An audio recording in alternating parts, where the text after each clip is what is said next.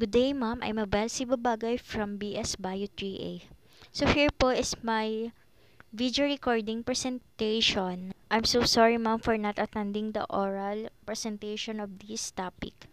So before I start po, the topic that I choose for the question, species that went extinct, is quagga.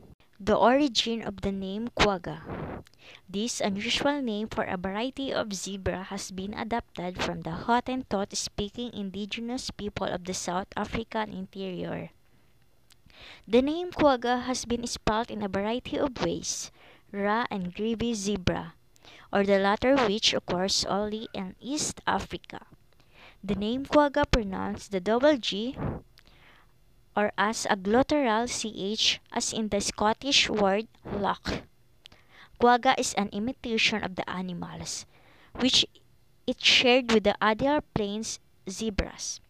The quagga's nearest relative, the true Burchellis zebra, or subspecies Equus burchelli, are also extinct. The north of the quagga's distribution became known as the Bont quagga. Unfortunately, this distinction has often been omitted and both forums were simply referred to as quagga. Eventually, the term quagga became used, especially in African, for any zebra, including the other two species, mountain zebra and Gribi zebra, or occurs only in East Africa. So the characteristic of quagga is the color of the head, neck, and upper parts of the body was reddish brown. It is irregularly banded and marked with dark brown stripes, stronger on the head and neck, and gradually becoming fainter until lost behind the shoulder. Next is extinction is forever. If a species of animal or plant has disappeared from the earth, either through natural causes or through mankind's activities, the loss is irreversible. However, the extinct quagga was not a zebra species of its own, but one of several subspecies or local forms of the plains zebra. Despite highly sophisticated genetic mutations being used and reproduction in animals and plants being supported and enhanced through intricate techniques, this fact makes a big difference. The quagga's extinction may not be forever.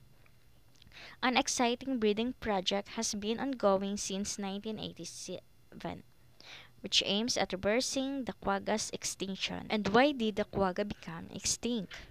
The quagga's extinction is generally contributed to the ruthless hunting and even plant extermination by colonists. The confusion caused by indiscriminate use of the term quagga for any zebra prevented last-minute efforts to save the quagga from extinction. All members of the horse family feed predominantly on various grasses.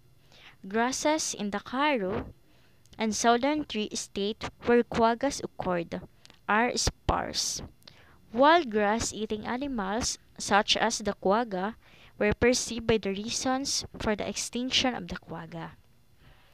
Its flesh is said to have been welcome for food for the farm laborers, while the skin was used as grain bags and leather.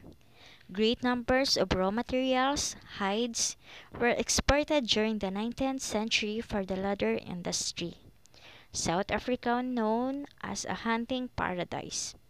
In the books such as Portraits of the Game and Wild Animals of Southern Africa, according to Harns 1840, provide evidence of large-scale killing of wild animals, including the quagga, not only by the settlers, but also by those privileged to journey to the Cape of Good Hope to satisfy their lust for hunting. Large-scale hunting in South Africa during the 19th century has drastically reduced the one-time abundance of wild prey, resulting in the disappearance of some species in certain areas.